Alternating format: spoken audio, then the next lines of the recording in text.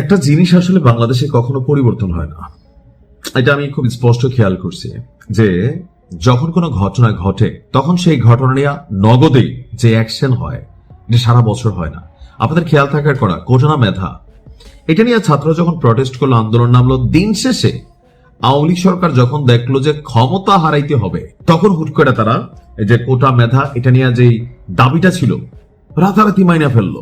কিন্তু এতগুলা ঘটনা, এতগুলো জীবন, এতগুলা প্রাণ জুড়ে গেল, তখন যখন তারা বললো যে আমরা দাবিটা মানছি, যারা আন্দোলনকারী ছিলেন বা সাধারণ জনগণ মনে করলো এটা প্রথমে কেন মানলেন না, মানতে তো পারতেন।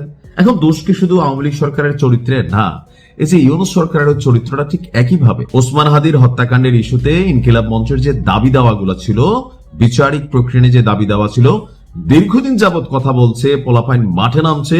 এমনকি আজকে যখন যাবেন আমাদের জনগণের সাথে পুলিশকে মুখোমুখি করে দেওয়া সরকার যারা থাকেন ক্ষমতাশীল, তারা যখন জাবের যখন গুলি খাইলো, সারা বাংলাদেশে যখন প্রটেস্ট হওয়া শুরু হয়েছে, এখন ঠেলা খাইয়া অন্তর্বর্তী সরকার বিবৃতি দিচ্ছে। But why right now? মানে ঘটনাগুলোর আগে কেন না? আপনাদের কি শিক্ষা হয় না? এই দেশটাতে আপনারা তো থাকতে হবে, মাথায় রেখে না? আচ্ছা, এখানে কি হয়েছে? হাদির ঘটনার যে তদন্ত জাতিসংঘের আন্ডারে ইনকিলাব মঞ্চের দাবি ছিল, তো জাতিসংঘে চিঠি পাঠাবে অন্তর্বর্তী সরকার। আজকে কিছুক্ষণ আগে জাতিসংঘের সংশ্লিষ্ট দপ্তরে চিঠি পাঠানো হবে বলে অন্তর্বর্তী সরকারের বিবৃতিতে বলা হয়েছে। তো বিবৃতি যদি দিবেনই ভাই, তাহলে জাবেরকে কেন গুলি খাইতে হইল? মানে রক্ত ছাড়া কি দেশে কোনো কিছুই আদায় হয় না? বিবৃতিতে বলা হচ্ছে যে শরীফ ওসমান হাদি হত্যার বিচারের দাবিতে 5ই ফেব্রুয়ারি 2026 বিকাল থেকে ইনকিলাব মঞ্চের ব্যানারে রাষ্ট্রীয় অতিথি ভবন যমুনার সামনে বিক্ষোভ শুরু হয়। যমুনা এবং এর আশেপাশের এলাকায় বিক্ষোভ নিষিদ্ধ থাকা সত্ত্বেও, তো নিষিদ্ধ করলো কে? ডক্টর ইউনূসের সরকার। কেন? কারণ এখানে ডক্টর ইউনূস থাকে, বা থাকলেও ওই যে ক্ষমতাশালী যারা রাষ্ট্রের প্রধান ক্ষমতাশালী তাদেরকে নিরাপত্তা দিতে হবে আমাদের টাকা দিয়েই।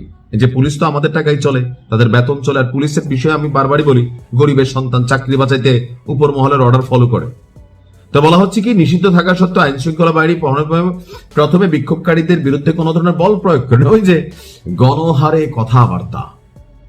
আইন শৃঙ্খলা বাহিনীকে কেন বিক্ষোভের জন্য মানে চাপ প্রয়োগ করতে হলো, মানে ছত্রভঙ্গ করার জন্য? আপনারা কেন এই বিবৃতিটা আগে দিলেন না? কেন জনগণকে এবং পুলিশকে মুখোমুখি করাই দেন? আপনারা পাবলিকের কাছে পুলিশের ভিলেন বানাই দেন, পাবলিক পুলিশের উপর গোস্বা ঝাড়ে, থানা পোড়াই দে, জ্বালাই দে, পুলিশকে মাইরা ফেলে। কারণ এই পুলিশ আবার কখনো বাংলাদেশ পরিবর্তন হইলে দেখবেন এখানে আবার অনেক পুলিশ মারা গেছে। কেন?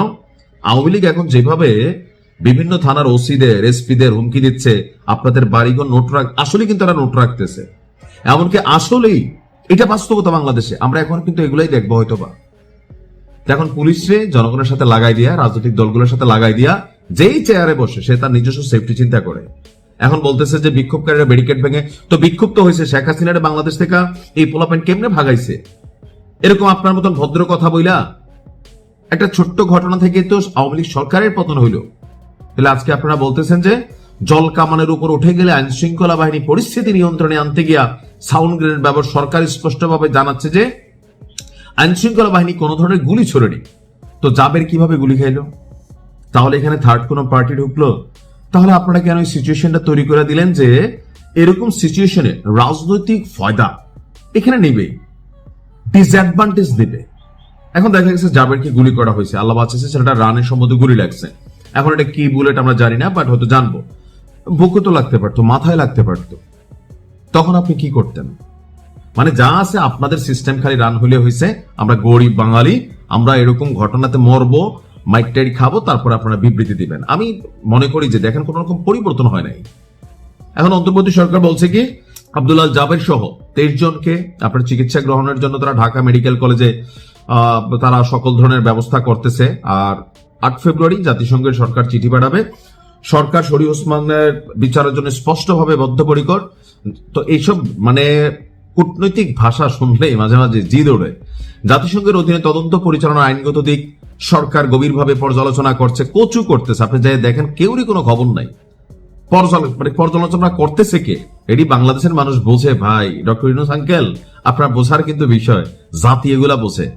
পাবলিক এখন আর ব্যাক খেল নাই।